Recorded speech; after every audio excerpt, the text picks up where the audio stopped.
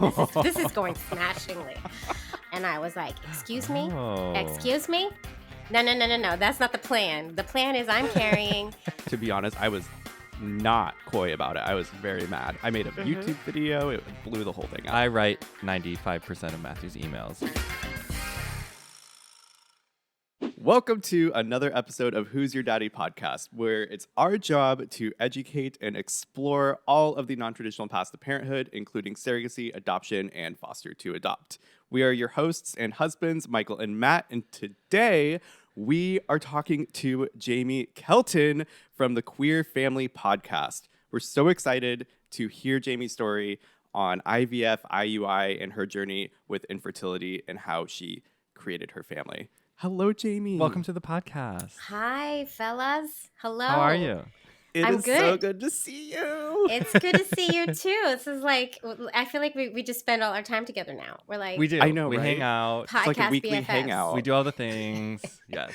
This Yes. is great. Yes, Jaimie and I have been talking for a few weeks now, and we've had some calls. We did podcast recording last week for the Queer Family podcast, and this week we're going to hear your story on our podcast. But this is all going out at the same time. And before that, Jaimie didn't probably know that I was listening to her podcast before we even started talking because she has like probably the longest running, most like comprehensive podcast in the space. I'm like the grandma of Queer Family podcasts. You're a like. huge I'm like inspiration for I'm Mima. us. You're Mima.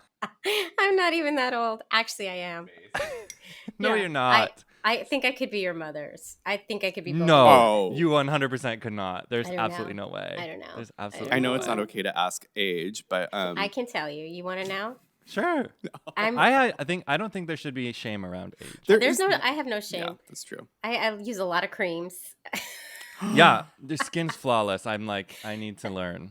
But no, I'm 45. I could be your mother. You could not. I'm 34. Oh, I'm 31. Okay. I Yeah. could be your mother, Matt. If I had you, like 14. That would be. I have a sister who's older than you. Oh, yes. Oh. I have siblings that are both older than you as well. Mhm. So we're basically the same age, is what we're all saying. We're Literally. siblings. Literally. Siblings. Siblings. Well, before we get into it and get into your story, Matthew's like, and let's start. back to the agenda, people. Both The Jaimie and I point are is, like, I've and been coffee. around a while. Yeah. Okay. Go ahead. Go ahead. All right, everybody, there is a cliffhanger that you. Oh wow, he's teasing early. I am teasing. Mhm. Yes. So Michael and I have some pretty big news that is a big change in our I know what surrogacy it process is. and our journey. Jaimie, you know what it is already. She does. And We in order dropped to it. hear all of the juicy details of that, after this episode, head over to the Queer Family podcast and listen to Jaimie's episode, With us. an interview, and we are going to go into a lot of detail about that. Yeah. Yeah. It's very exciting. It's a great episode. It's a great interview, and y'all have to go listen to Michael and Matt's story over there because it's good. And we're releasing these on the same exact day, so you have hours of podcast listening right here for your listening and viewing pleasure. All of Cancel you at home. all of your plans. We have a There's- marathon. You have nothing else that's more important to do today. Let's be honest. Yeah, and then while you're at it, rate, review, subscribe. You know, Yes. just- Seriously. Those Send it rating and to- reviews are big deals, aren't they? Yeah, Enormous. and send the big deals. episodes to your conservative friends and family Please, members. please, Especially this one. Do you see my shirt? I love it. That's a Do cool you see- shirt. I Can did you read notice what it says? Drag. I can't see what it says underneath it. Underneath it says Teaching kids to love themselves. Teaching kids to love themselves. Oh, that's Guess a good where I shirt. bought this? Oh, where? Iowa. Iowa. Add Cedar it, Rapids, add it. Iowa. At a Shout out. state, Iowa. We're big fans. Go ahead. So Iowa. another thing on the agenda, next thing. Yeah, no, you're doing great. I am clearly not focused. Well, I also interrupt all the time. I'm sorry. I'm gonna let you do your thing. I'm gonna It's all good. keep my It's all mouth. good. Okay. No, Quiet. you're perfect. You're doing And great. keep us I'm on doing track. a little ruler slap on Michael's wrists right now. Anyway, Jaimie, we're familiar with your podcast, and the way that you start your podcasts and interviews with guests is you have them give an elevator pitch of who they are and what they're all about. Mhm. And it's a 30-second elevator pitch. So we're flipping the table back are. onto you. Oh I'm my sorry for God. that, but We want to hear your elevator pitch. Who is my Jaimie? God. Who's Jaimie? So you have 30 seconds. I don't even think we'll hold up the clock. You know, No. I'm just gonna give I'm gonna you. do a timer I right feel now. like I you've got done it. this. You've I done got the this so timer. many I times. should have known Okay, you were never going to do mind. this to me because I even said this is what people do to me, and I'm never prepared. I'm not prepared at all. Just everybody, I'm not prepared. So we'll see how this goes. It's all I right. want to do Hopefully like the you little can. Jeopardy tune in the background just to like make it more suspenseful We or should do something. that. That's actually a good idea. Timer starts now. Hi. Okay. I'm Jaimie Kelton. I am an actress, an author, a podcaster, and a voiceover actress. And my most recent thing that's been happening for the past 5 years is the Queer Family Podcast, the show that aims to uplift, highlight, celebrate, and normalize LGBTQ families, to let the whole world know that despite the fact that we work really, really, really, really hard to make our very intentional families, we're just like every other parent out there trying to get our kids to put their shoes on when they're already 30 minutes late for school and they still haven't gone out the door. Boom. You're That's not supposed to perfect. cut her off. I'm sorry. I was just I don't know how You to got signal nervous. like that. You got so nervous. It's my first time doing the timer. I'm sorry. I was like, how do I signal that it's time? Because We went over. I went over. I need to do better at this. Only by this 8 should seconds. be It was like I perfect. should have this figured out and down perfectly. Oh well. I think we went over by 10 seconds on yours. So No, I did hours because you were too nervous. Oh, and I was. I like fumbled through it, and I was just like trying to talk so fast, and I had no idea what to say.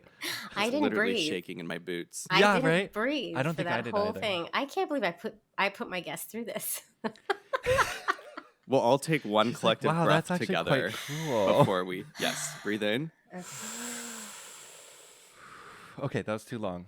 That was a long breath. Wow, very ASMR.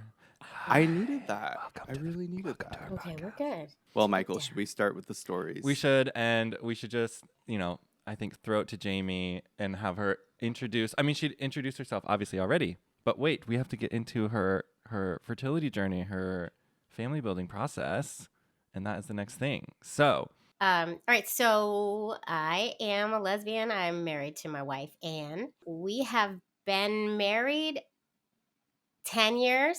I always forget. And we've been Congrats. together 15. Oh, that's No, amazing. we've been married 11 years. Sorry. Yes. Married It's 11, okay. It's together okay. We got it. 15. We got married back in 2008. No, we met in 2008. This is going smashingly.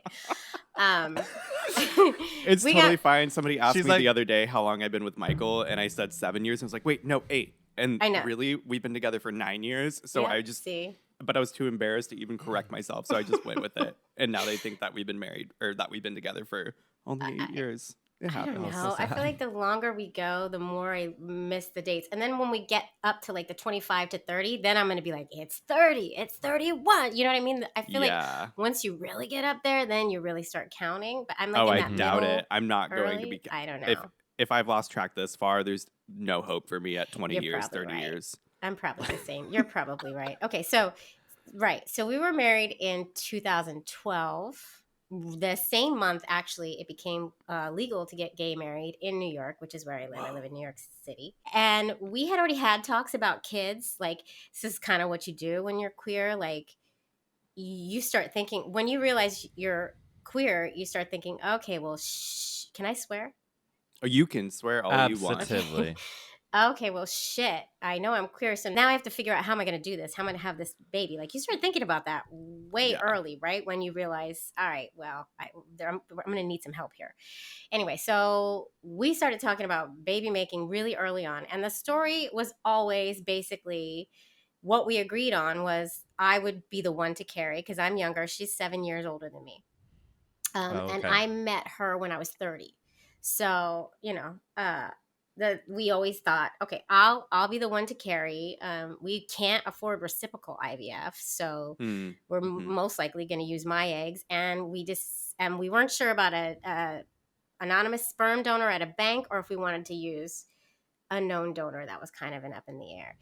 Then we got married. My career, I used to be in musical theater, so I used to travel a lot. I used to tour. So my career was kind of going and going and going. So after we got married, all of a sudden my wife, when we were like at a bar having beers like any self-respecting lesbians do, she turned to me and she was like, you know what, I think I want to carry. And I was like, excuse me, Oh. excuse me, no, that's not the plan. The plan is I'm carrying. This like, she threw me for a whole crazy loop. I was not expecting it, and that's something that can happen in our families, right? So Right. Yeah. then we had to really go back to the drawing board because I really, really, really wanted to experience pregnancy. I really also wanted to have a child that had a genetic tie to me, Mm-hmm. Right. Okay. which sounds selfish. And some folks don't care about the genetic tie. At that moment in time, like in that place where I was in, it really mattered to me for some reason. Now I realize how little it matters at all because I Yeah. have 2 kids, but then I felt like it meant the world to me. So, Yeah. okay, fine. If you're going to carry, then we're having 2, right? And that was never really the plan. We were going to like at least just do 1, right? But now we're having 2 off the, like from Oh the my get go, God. we're having 2 Wow. for sure. Wait, I have a question. Did you always want to have kids when you Mhm. were, even when you started your relationship with Anne, you're like, yeah, this was from the get go, you're like, yes, we're having kids. Yes, I did. I always knew I wanted to experience pregnancy. I always knew I wanted to have a child of my own. And even when I realized I was queer, I knew there were ways to make it happen. You know, I had friends Right. who had done it, Okay. so I had some representation of it in my life. So it was never an out option for me. My wife, on the other hand, didn't think it was an option for her. When I first met her, she was like, no, I don't think that's really in the cards for me because I'm a lesbian, Okay. right? And then as we talked it through, we realized, oh, this is something we can do. And we had friends who were literally doing it in real time, like when we were trying to figure it out. So Can you also just do a little 30-second elevator pitch on reciprocal IVF and what that yeah. term means? Because I'm not sure we've like, Oh, you know, right. it's something that maybe I'm not sure if people we've already addressed it on the know, but I'm not podcast sure if yet. we've like specifically talked about it. Because it's unique to lesbian couples, correct? It is. Yeah, To yeah, so- 2 bodies that contain uteri. Correct. Uteri. Yes. Yeah, so basically you take the eggs from one person, one uterus, and then you transfer them into the uterus of the other person. So After they're fertilized, so you make an and embryo, you right? make So the you embryos, and yeah. So you basically Yes. do IVF like y'all do for surrogacy, right? You Correct. get the Yeah, eggs, yeah. you fertilize them, but instead of putting them, it's kind of the same as surrogacy in a way, but we're not surrogates, right? One It's of you kind is of the the egg same. donor. Yeah. One of you ends up being the gestational carrier, Right. essentially. And that's always an issue with folks who do RIVF, because reciprocal IVF, because like we're going in because we're 2 bodies with uteruses, but we want to create our baby together. But they treat us, some of these clinics, because all the forms and all the things are not really inclusive of LGBTQ folks. Yeah. The forms we have to fill out, and the folks there treat us as if we are going through a surrogacy. And so you have to go through the therapy. You know, there's the therapy, Like a psych eval? things like that. Ah! So I've talked to No. a lot of, I What? didn't do reciprocal IVF, but I've talked to a lot of couples who felt really like bent out of shape over the way it was handled at clinics. There still needs to be a lot of work done in these spaces to be truly inclusive of That's our community. Bizarre to think about, because like I just interviewed a couple that the woman whose the eggs were going into into had to sign a form saying she was a surrogate, and she was like, I'm not signing that, I'm not a surrogate, this is my baby. Right. So it's just like little nuanced things that really can start to piss you off, you know.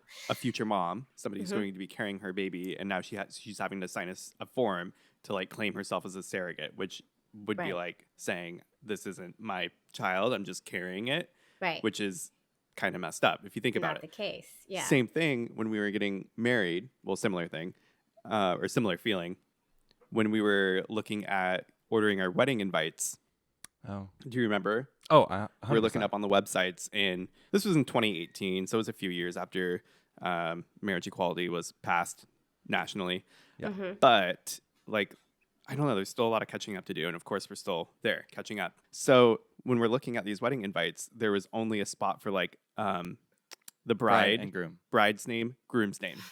And that's like the form that you have to fill out in order to order your wedding invites. Yeah. And there was no way around it.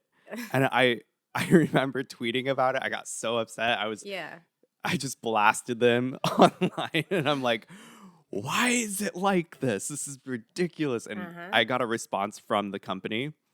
Should I say the company?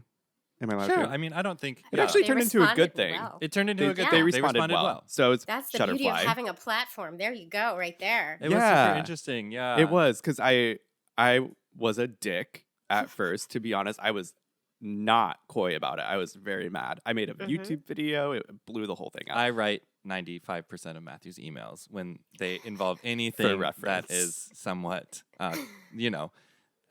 You soften it a bit. I soften it a Michael. bit. Yeah, I if it's get it. if it's conflict, I I don't know how to address conflict in a nice way. yeah. I'm get just that. more like, you bitch. Yeah. I'm the softener of the emails in my relationship. I feel you, Yeah. Michael. Yes. So I called Shutterfly out and I was like, why is it like this? And they're like, complicated computer things. We don't know. It's a coding issue. I'm like, y'all got to change that right now. Yeah. Also, Shutterfly is a Canadian company, and Canada legalized gay marriage in 2013. Right. And this Oh, is 2000 wasn't it? Or 2003? It Wait. was 2003 There's and a 3 in 2005, I there. believe. Oh, maybe it's One of earlier. those. But somebody can regardless. fact check me. Maybe I can fact check myself. Yeah. Anyways, it's like it's been legal for a long time in Canada. How has this not been brought up crazy. before? But they changed it. But they changed did. it like immediately. Like It was pretty within quick. months. Good It was job. amazing. Good People job, were fellas. retweeting. There was all Yeah. that stuff going on. People were Oh. angry. But wait, there's more. Uh-oh. So then we got frustrated and we were like, well, we're going to go over to Minted because they hadn't changed it yet. Mhm. And in Minted, it was like person 1, person 2 or something. It was like, Yeah, it was more Whatever. inclusive. But wait, we get the box of save the dates in the mail. Save the dates are us, two obvious men, males. a picture of two men on the front, And right? we It says pop Michael it- and Matt. We pop it open and it says, a gift for the bride. Oh my God. And it's like Oh my $50 to like A for like the invites or whatever. like To And like we were like- David's bridal. coupon. Yeah. And if you know Minted, there's always like a card that's like literally signed by somebody who like packaged your box. And it's like Packages the packaged by reviews. Laura, and she like signs her name or Yeah. whatever. Yeah. And we were like, oh come on, like really? Did you not? Did you not look at the picture? I mean, it's So anyways. really. Anyways. So Yeah, many so things. I tweeted that, and then Minted contacted me, and then they're like, "We're doing an internal review, and we're fixing this, and we're not going to have oversights over misgendering people." Good job. Look at what you did. Same-sex that. marriage became legal in Ontario in 2003. Wow. And it was yeah, already so- legalized in 8 of the 10 provinces and 1 of 3 territories. On July 20th, 2005, Canada became the first country outside Europe and the 4th country in the world to legalize same-sex marriage. So you're right, 2005. And this is 2017. All right, like Canada. the year You can't just talk beforehand. the talk. You got to walk the walk. So it was like 12 An years audio. where nobody Mhm. brought Yeah. this up, I guess, in a significant way. Anyway, that was a tangent. It was a Well, tangent. But these are the things. These are the things, and these are why, like, your platform's so important. I say this way too much, but it's true. Like, this is why podcasts like ours are so important, right? Because there's no knowledge out there. Mm-hmm. Right? Yeah. So And change doesn't happen without discussion, discourse, conversation. representation, Yeah. Yeah. visibility, right? So yeah. So Reciprocal IVF. You're treated as a surrogate. So we knew we couldn't do reciprocal IVF, but in the end, like, just to give you a little precursor, we ended up spending so much more money to make our family anyway, because of all the issues that came up. But and IVF, it's basically reciprocal IVF is just doing an IVF cycle, except you switch bodies in the middle, right? So it's expensive. It starts at least $15,000, and then it goes up from there. And then the other wrench it through in our the original plan was not only now are we having 2 kids because she wants to carry 2, we have to start right now because she was 37 at the time. So that means she's going first, and The we're clock is starting ticking. right now. right? And Yeah. that was Oh my not, gosh. I was like, I have at least like 5 more years to keep continuing with my career. It was Right. popping. I was like living the life, but no, we had to change course. So we, go into it, basically did what our friends before us did. We found a clinic that our friend had used. I call it LGBTQ drafting. Like, you just do what your friends did before. Yeah. We Oh, I feel that. like a bunch of our our lesbian friends had used a sperm bank, anonymous sperm, and we were like, all right, we're gonna do that. We're gonna do the anonymous sperm route. So we went shopping on the cryobank website, which Yeah. gets into crazy town, because then it becomes like the search for Superman, because you start ruling people out because crazy weird stuff. Like, we overruled someone because he had acne as a teenager, like silly my God. silly stuff that, like, who doesn't have acne as a teenager? But I was I like, know. no, we can't choose this guy. Look at acne. Yeah. So Right? ridiculous. So dumb. Meanwhile, it's like, I'm just going to ignore all of the things that I carry along with me. Right, exactly. Like, if I was using her if it was my genetics, we If it got was like flipped. depression, suicidal, like alcoholism. Like, that's fine. We're cool with that. But this guy, no acne. Yeah. You know what I mean? Yeah. So whatever. I get But it. yeah, I you get get it. crazy. And then we toyed with the idea of using a known donor for a second. We even had a really close friend in mind. We came so close to asking him, and we decided not to in the end, because we didn't want to complicate it even more, because we knew if we did that, then you need to get a lawyer, you need to draft up all the papers, you need to make sure that you are 100% protected with this extra person in the family. And then he comes with a whole family who might want to be involved too. And like, how do we feel about that? Like, there's a lot of extra things to think through, right? When you're adding a known donor into the picture. And a lot of people do it, and it's beautiful, and it ends up wonderfully. And oh my God, I'm like jealous of the way some of these beautiful, huge families turn out. But I have also interviewed folks who it went south real bad. So Yeah, I think we struggled with that quite a bit too. And the thoughts of like wanting to so badly involve someone in the family in the process. And then at the same time, it comes with all of these big questions. Right. And, right. And trying if to you figure out if it if you actually have worked. the capacity to figure out all those questions, and you do it, it can be beautiful. It can be so amazing. Like, right. Some of the like I said, like, I've spoken to so many people who have these amazing family setups. It just wasn't for us. So we found our sperm. We bought a bunch of vials, because you definitely want to buy, more than just one, because you don't know how long it's going to take. And how much does I don't even know. How much does like a vial of sperm cost? Like, what do you? Back then, a vial, and we chose a donor, an open donor, open ID donor. So that means when the child turns 18, they can try to contact him. There's closed donors where they're like, I want no contact. Like, I just gave my sperm. That's it. And there's open donors. So we chose an open one, but you pay more for that, of course. Sure.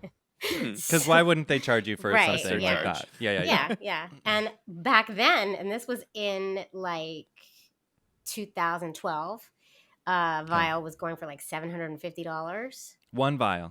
Yeah. Whoa. Yeah. So how many do they recommend you buy? It all depends. Like, I recommend now, after listening to so many stories and knowing my own personal story, I recommend starting with like 6 at least, because you can always sell them back. I'm just thinking of You Harry can? Potter, I didn't and know he's you like, could. "Well, take the lot." Oh, that makes sense. You can sell them back. 'Cause it's not as long like as you're you- going to a like- counter and being like, yes, I'll have 7, please.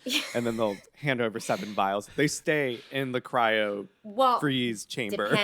Depending. So if you like, it's so much, like, you have to pay for shipping, right? So you're like, you have to pay for shipping, and then you have to pay for storage wherever it's going to be stored, right? So you can keep it all in storage at the cryobank, but you pay for that. And then you can ship 1 vial at a time per cycle to your bank. I mean, to your clinic or wherever it's going. But you're paying for shipping and the storage for that, right? Or you could ship it all at once, but then you have to pay to store it at your clinic. It seems like it would just make more sense for somebody to volunteer and be like, yes, I'll be a sperm donor. I volunteer as tribute. And then when you want it, you just fly them to the clinic. Right. Like, and I then don't But know. the That just sounds sperm, expensive too. but the Yeah, but sperm has to go through 6 months of quarantine and testing at these banks. Whoa. Yeah, it's like a whoa. whole thing. Yeah, there's that. What? And some Wow. folks are really don't like that. Like, That is news to me. Yeah. which Because which ours is was Oh, like, I didn't know that. as soon as we did our Oh my thing, gosh, they're I'm like, learning okay, so we can much. use this. right. Well, because it's Oh, wait. yeah, No, they did genetic testing They first. genetically tested ours. Yeah. Yeah. Yeah. but yeah, that's different. That's because you're doing For our own IVF and use. you did yeah. like the PGA testing and stuff like that. Right. Correct. Yeah. Yeah. Right. That was optional for us. Like once the embryos are done, Got but it. like Right. Okay. they do all this. Like they need to make sure there's no STDs in the sperm, and like Yeah. I don't. They do all kinds of. It's probably because it's federally regulated, so they have to do all this testing before they release it to sell it. It's like a business thing. Which is why a lot of people would rather use a known donor because you don't have to do all that crazy rigmarole. Like if you know the person, then you take their sperm and blah, blah, blah. So anyway, my wife ended up getting pregnant after 5 tries. We had to switch to IVF. So IUI was paid for by our insurance miraculously, which is amazing because a lot of insurances don't cover stuff for Whoa. like a lot of insurances. You have to prove you've been trying for 6 months, and like, yeah, we've been trying. We're just not making any babies from our trying. Right. You know what I mean? But like, So for Anne, it was, you said 5 tries? yeah. Or So 6 tries? she did like 4 IUIs, and then mid cycle, the doctor was like, 4 you know what? Let's switch this up. It's not working. We're running out of Got it. sperm. Let's just switch this to IVF because there's a better chance. So we did it, but we didn't realize our insurance didn't pay for IVF. So like the day we go for the retrieval where they take the eggs out, they handed us a bill first. They took us into an office and handed us like a $15,000 bill. We were like, so that went on the credit card, and then we had to take a loan out to pay for that. So like, yeah. Anyway, and that was like the easy part of our journey. But anyway, so she ended up getting pregnant, easy pregnancy, no issues, and then we had our daughter 9 months later. Wonderful, beautiful, and then it was my turn, and we wanted them to be like 2 years apart. So we started trying when Rose was like 9 months old, because I was gonna get like secretly pregnant and be like, guess what? I'm pregnant. Incognito guys. about it. I was gonna be like super stealth and like, you didn't even know I was trying, but look at us. Just like hair flip, Yeah. turn and pregnant. Yes. I had a plan, honey. We had the sperm from the same donor. We were going to use the same donor. It was going to be beautiful. We actually started with IVF because actually we only had 2 vials of his sperm left. That's what it was. Okay. Right. So we started with me with IVF because my doctor was like, let's just get you pregnant. Let's just do it. Right. And I was like, yeah. And He's like, don't bother with the IUI at this point. Like you have 2 vials left. In order to keep the same donor, let's just do IVF and make sure that it's good. Oh, wow. We went in for it. We took out another loan against my wife's retirement. Thank God we were privileged enough for my wife to have a retirement to even take out of. You know what I mean? Like there's so many folks who don't even have that. We were able to do that. We went for the IVF and it didn't work. We were like at all, like 0 embryos. Are you serious? I got, so you know how it all plays out. So from the retrieval, the first time I did this, I think I got 17. I was 35. So I'm a geriatric. It's considered a geriatric pregnancy. That's literally what they call it. Oh my God. Yes. Because if past 35, you're like, you have dusty eggs, like it's over for you. So I started with 17, and then that number dwindled down to 10, and then eggs, every 10 day mature. 10, and then it was like 10 that we can actually fertilize, right? Yeah. Then every day it was like, oh, we got 8 now. Oh, we have 7. Oh, yes. Oh, we have 5, and then I ended up with 3. 3 fully developed embryos. That all looked good. I'm trying to, because there are so many different cycles now that I'm trying to think through. That one, they all looked good for. We put in 2 at first, and we were like, oh my God, I don't want twins. We were so scared for twins because we were just sure it was going to work. Yeah. Neither one of them took. Such a waste. Oh my then God. he put the second one in, didn't work. So then we had, for context, it's not just putting them in. Right. It's like a whole thing. Injections, hormones, right? Yes. Paying for all of those medications out of Well, pocket. Additionally, each transfer costs like a significant amount of money, I does it think not? now it's like at least in our experience, I think every time they go to transfer, it's $5,000 or $6,000 more Yeah. additional from like the Right. already large down payment that you put down on the whole process. So it's kind of like you pay for the whole process, and then it's like if you have additional transfers, those are going to be $5,000 or $6,000 a piece, Casual. plus the additional medications and all that. Right. So I think our initial charge was $12,000 at the clinic just to start us off. And this was like 10 years ago. Yeah. Oh my God. Okay. No, this was like 7 years ago. 7 years ago. 7 or Got 8 it. years ago. Right. It's like not. It's like significant. It's not. Right. It's Right. not just And oops, it didn't work. It's Yeah. like right. And we've Ugh. already spent thousands of dollars on sperm and storage, right? yeah. Then so then they put the other one in, it doesn't take. So then we're out of sperm and we're out of money. What are we gonna do? So we went to the sperm bank. The bank had retired him. That's what they call it when enough families have been made by a certain donor, they retire them. However, there was a clause that if a family who already has a child by a donor wants to ask him to come out of retirement, the clinic will ask for you, and he will come back in, give you some vials, and you just have to agree to buy all the vials. It's just this very Tom Brady situation. Yeah. It's like we retired, but then like somebody Yeah, was like, right. I have a lot of money for you, and then he like came back, and then he like quit That's again, and it's just basically like what yeah, happened. yeah. So We they need reached the out. Tom Brady to come back into the sperm bank to give Yeah. another round. all right, Tom Brady, you're coming back. We need another This is- ring. Coming out of We retirement. were like, "Come on, Tom. Come here, Tom." That might have been the straightest reference I've ever made in my life. I wasn't even sure if I knew who Tom Brady was, and then I Oh was my like, God, oh, it's that a whole guy. thing. Football It's guy. a whole thing. He said yes. We were like, now we know he really is a good guy. We picked the right guy. You know what I mean? Like, it's Oh, so yeah. funny, the things you think. We've never spoken to this man. But then you have to wait because they have to quarantine the sperm. So then it was we're in the process, and you know what it's like when you're in the process and Yeah. having to stop. So now we have to Oh my wait God, 6 yeah. months for the sperm. We have to see how much he gets, and then we have to like buy it up, which we didn't. We didn't buy it all up, but the clinic didn't seem to pay attention. We bought a bunch, but we didn't buy it all. Anyway, so waited all that time and then started again. And our same doctor was like, you know what? IVF didn't work. Let's just go to IUI with like wow. fertility drugs. So at this point, I've been on fertility drug. Like I'm just like a fertility drug body. This is what I am, right?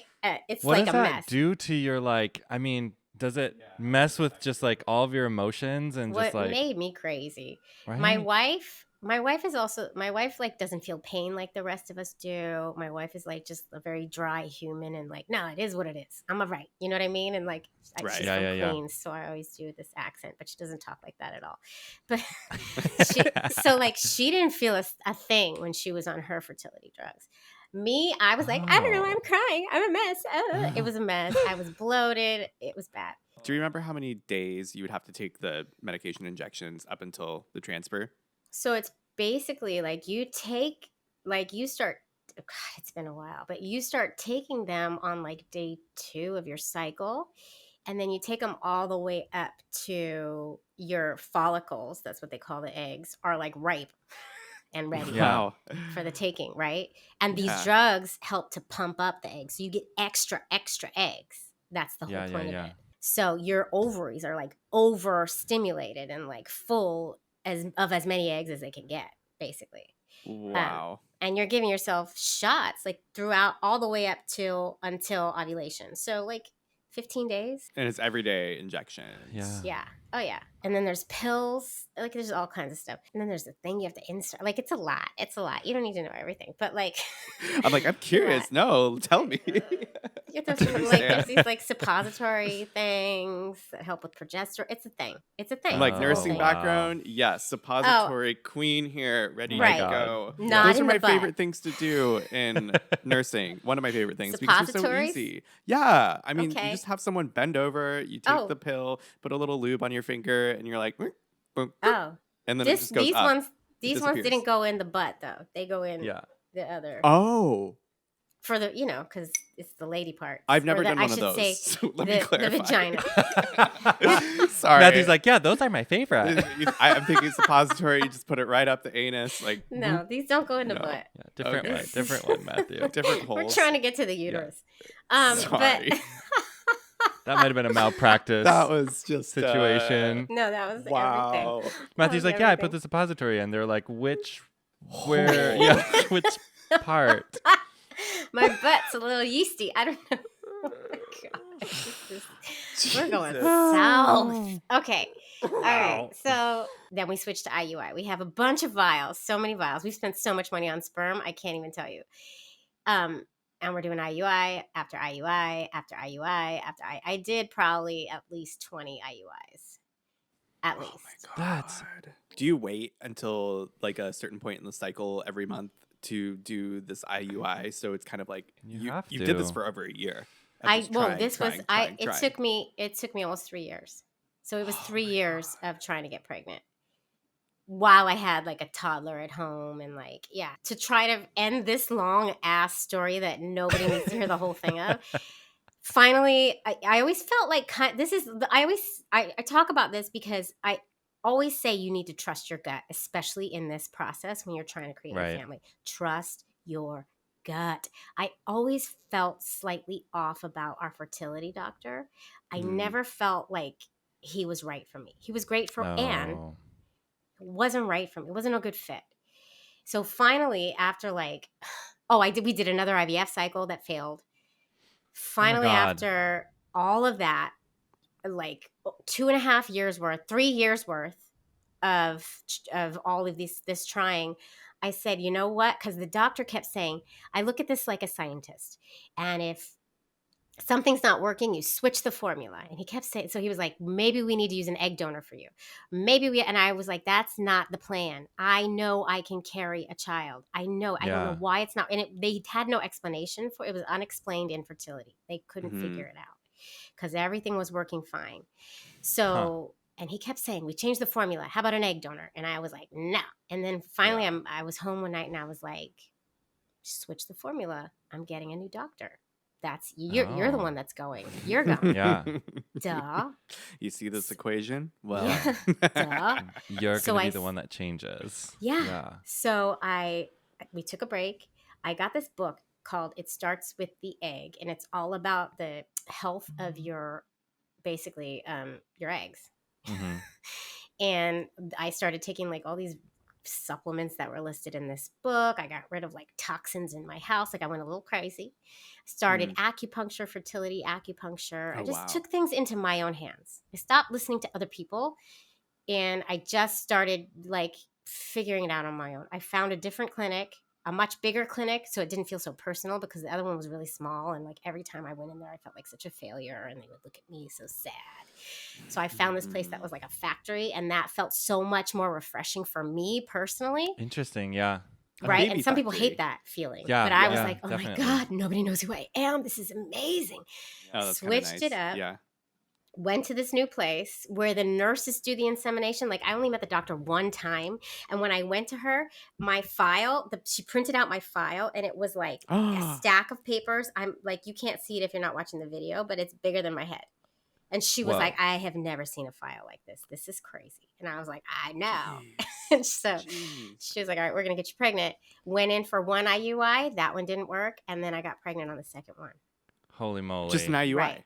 Mm-hmm. After all of that. What do you think was there something that they did differently, or like that something that you noticed? I honestly think like I did start taking these supplements. I don't know if they had anything to do with it. I did start doing acupuncture. I took a break. I took like a mental health break where I was doing all these things to kind of help prepare my body better and possibly get my eggs into better health, even if that, I don't know. I just followed what the book said. And I felt this like wave of relief at this new place. And I think that had something to do with it. Like I mean, there's felt, a lot to say about stress hormones and how that can affect, like, getting pregnant, and that's scientific. There's, it's not magic juju. It's real stuff. So so like it It was a real crazy, harrowing journey. But in the end, I trusted my gut, and then I ended up getting pregnant. What did that feel like after only having to do it twice at this like new place? Surreal. Like I didn't believe it. Right? Like I didn't really believe it. It didn't really set in. I don't think it ever really set in until he was like in my arms, and then I was Yeah. like, oh wow, we did this. You know, I didn't cry. I didn't like make a big to do about it. My wife was making a big to do about it when we found out, and I was like, oh, okay. I think I was in shock. Like, no way. After all of this, it's finally, you know what I mean? Like, I guess I was just kind of in like survival mode. Just go, go, go. I don't know. It was weird. It was surreal. Miscarriage is something that is like relatively prevalent, even though, you know, sometimes we don't talk about it as much. I think it's being talked about a lot more, but I think it's like a quarter, maybe. Oh, if yeah. that's somewhat so many. right. Third. A quarter to a third of all pregnancies, right? So did that ever cross your mind too? Because that is like in the future, like even if or after we have a successful embryo transfer, I'm still holding my breath. You know what I mean? Yeah. We didn't tell anyone until, you know, we passed the first trimester. We kept it a secret just in case. Yeah. And I do think like, I remember thinking, if I miscarry, I don't know if I'm going to make it through. Like after all of this, we're so lucky neither one of us had a miscarriage for either pregnancy. So we're lucky.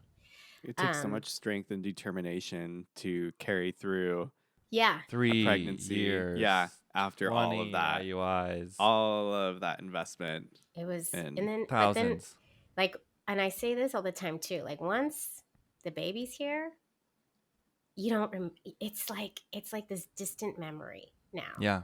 I know I was in it. I know I was going through it, but I can't get myself back to that state. Do you know? Like, it's like, there's a disconnect because I had I'm this still trying to kid. comprehend that feeling or Right. that thought because we're not there yet. We don't have, I don't know what it's like to hold my own baby. And so Right. to think about like, you know, because I've heard that so many times from parents of, once you hold your baby, nothing else matters. Yeah. I'm like, huh. It's You don't have time. Like, I don't know yet. You don't have time to think about anything else. It is that. It's that magic of like, oh my God, I love you so much. And it's also, you have no time. Like, you don't have time for brain you space anymore. Yeah. And this was my second kid too. So I'm adding a kid to the mix. I had no time to contemplate shit at that point. Like, it is just, now you're like mom central, and that's all you do. And you can't think about stuff. I think I mean, this is not to equate these two experiences, but I sometimes feel that sort of similar thought process of like before you were out, like and I think this is not the case for a lot of people or maybe some people, but it's hard for me to put myself back in the mindset of when I was in the closet or like when I was still like quote unquote straight.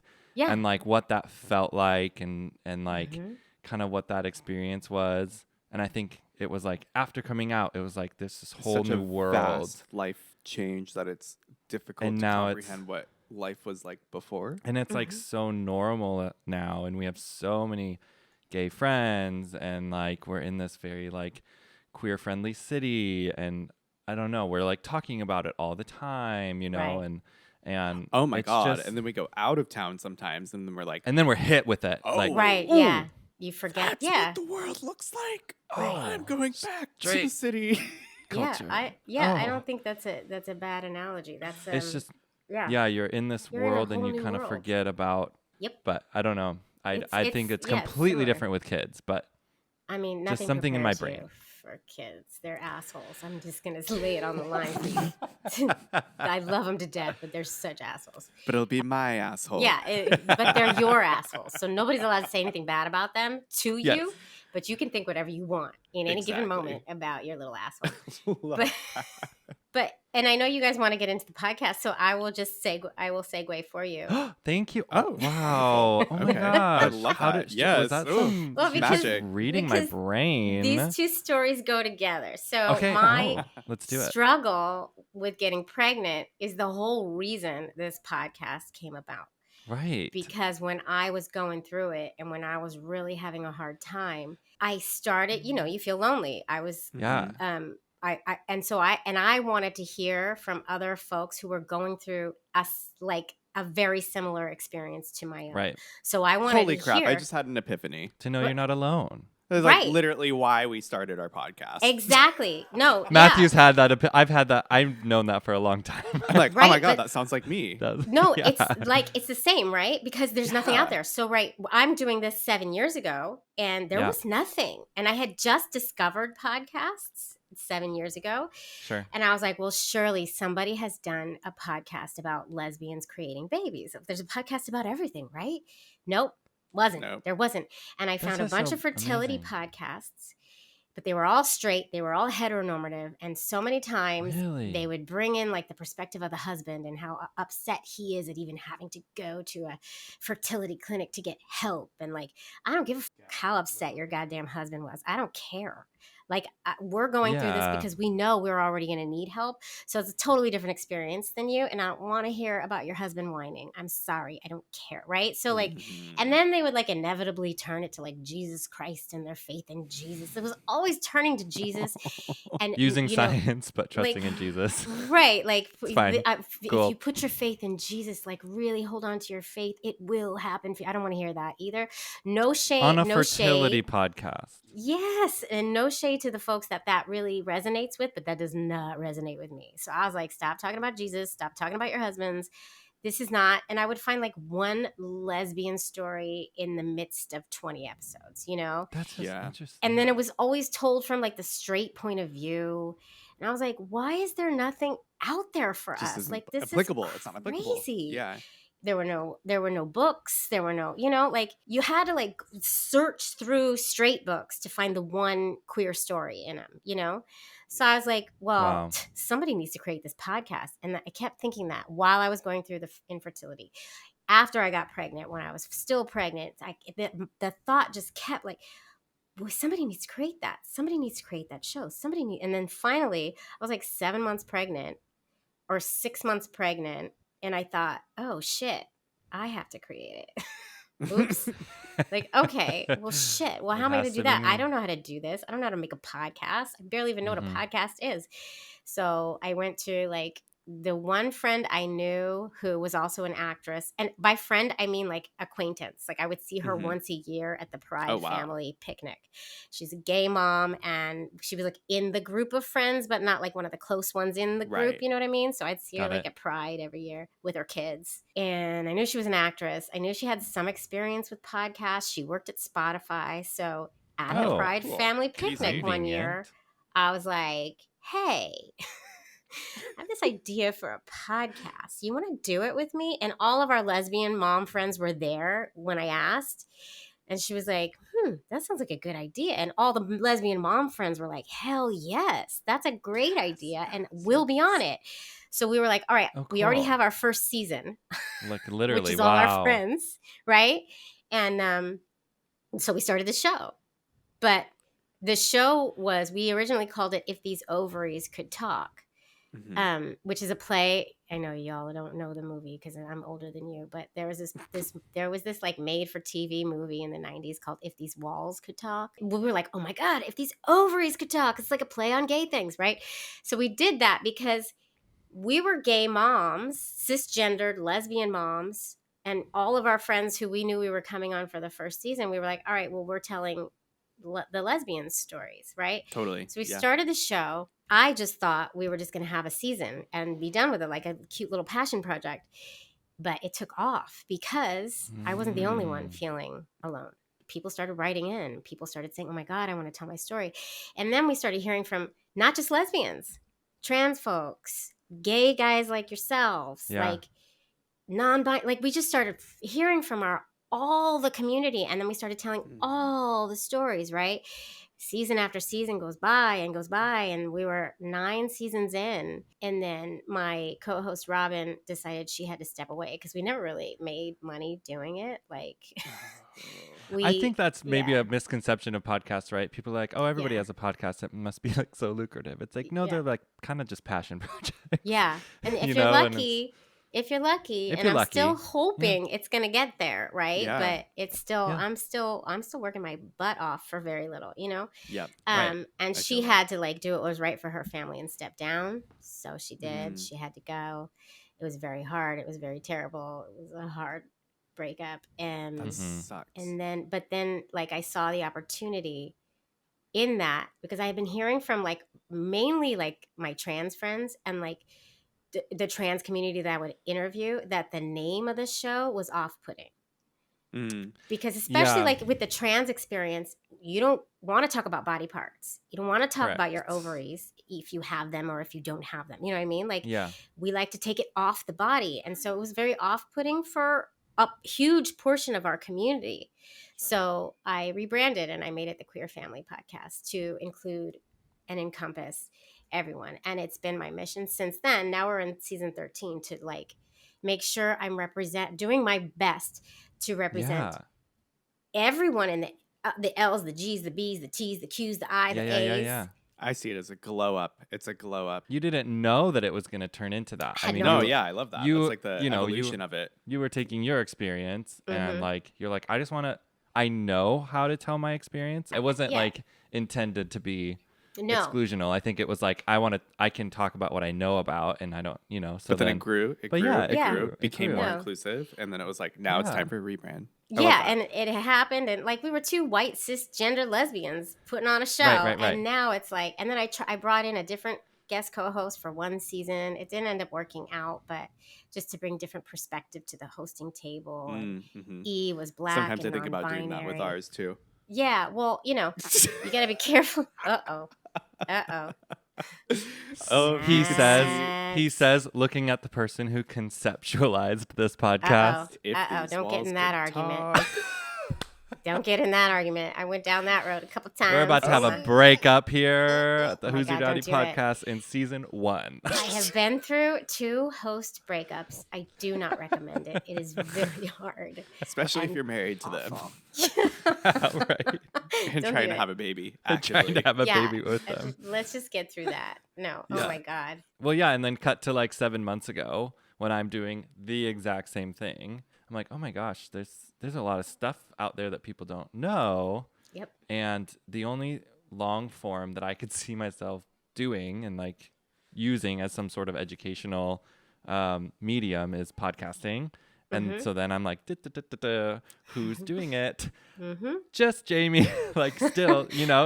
like, it was you. And because you bring a totally different perspective to this situation, Yeah. right? You're 2 gay guys. You know what I mean? So you bring that perspective to the hosting table. And I think that there's room for all of us. Oh, for sure. To just, because there's so many stories, and as you have probably learned, no 2 stories when it comes to queer family building are alike. Not a single one. Even when It's you so go true. the same exact path, It's they're so so true. different. I mean, here's a call out. Literally, if you're listening to this podcast episode, like, And you haven't been on it yet. send an email to Jaimie. Send an email to us. Like, send the same email to Yeah. both of us. And Yeah. we want to hear your stories because honestly, like, that is representation, hearing a bit of your story and your path to parenthood or whatever it is that you're struggling with or trying to figure out Mhm. in the LGBTQ plus world. It's like, yeah, we want to hear that. When we've learned Yeah. so much and we're not even halfway through our season, Right. just talking to people, interviewing people, hearing their stories, and it's informing us Yeah. as we're going through like the beginning of our journey. It's been like incredibly helpful for us and educational for us, and just to like sit here, talk about it, hear complications, like things that you could mentally prepare for, costs you need to mentally prepare for, emotions you need to mentally prepare for, all the things. So Yeah. You started this podcast, you've done the whole rebrand. Here you are with your family, but I think there was something else that nobody knows about that you wanted to talk about today.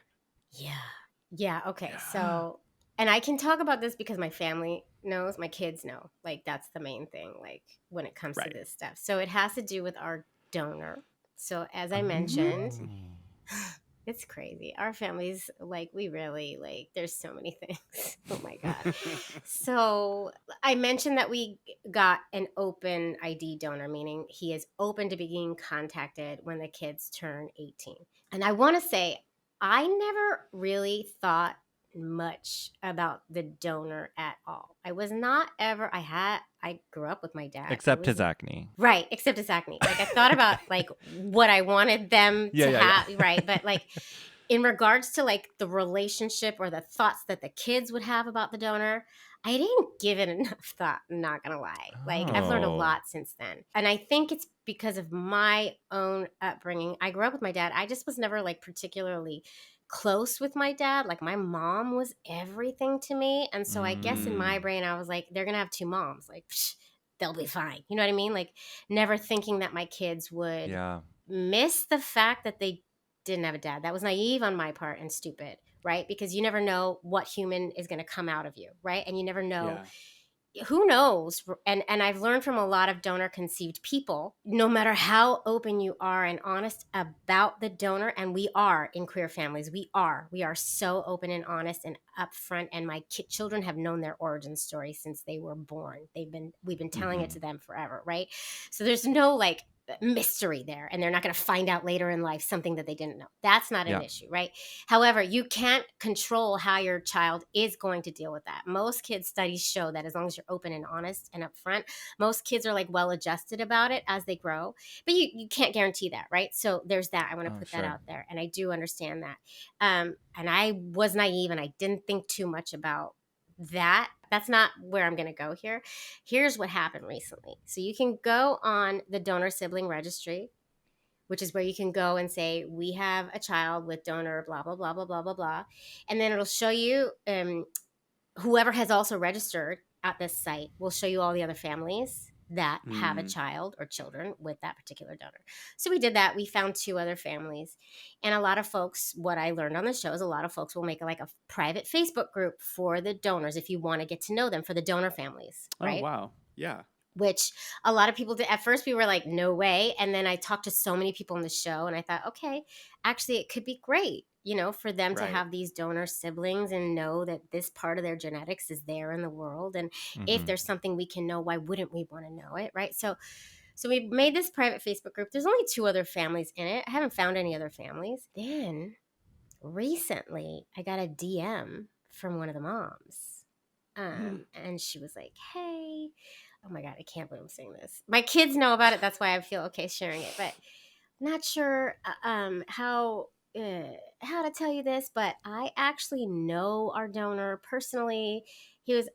I think she said he was actually a friend of ours. So he's kind of a known donor to us. We just knew that he was also a sperm donor and we knew his number or something like that.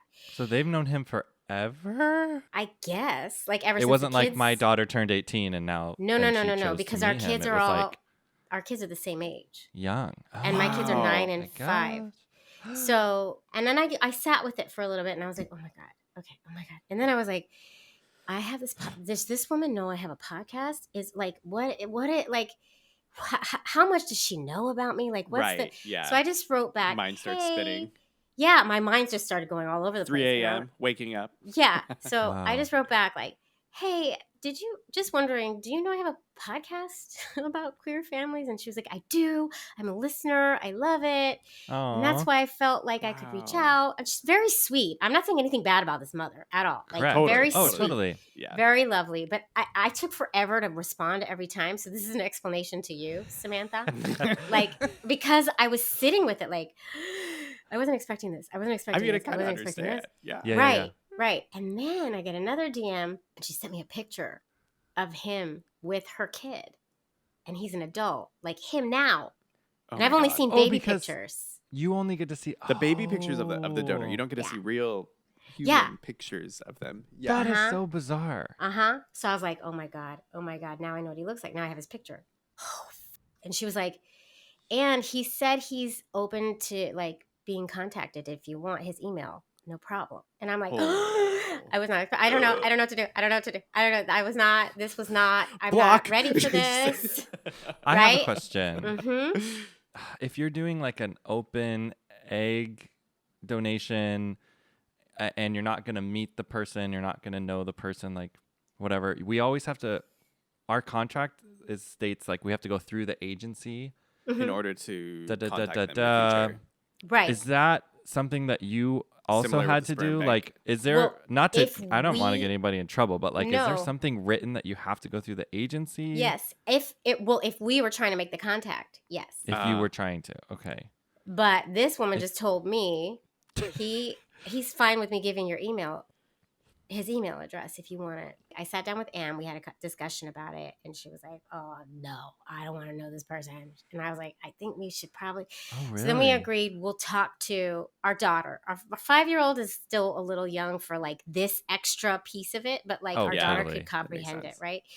I said, you know what? Because I also am firmly of the mind that if I get any new information about this part of their DNA, it is my responsibility to tell them. If I know anything, I can't hold it in, because then it's a secret later in life when they find out. And oh my God, why didn't you tell me? Right? Yeah, that I don't want. bad.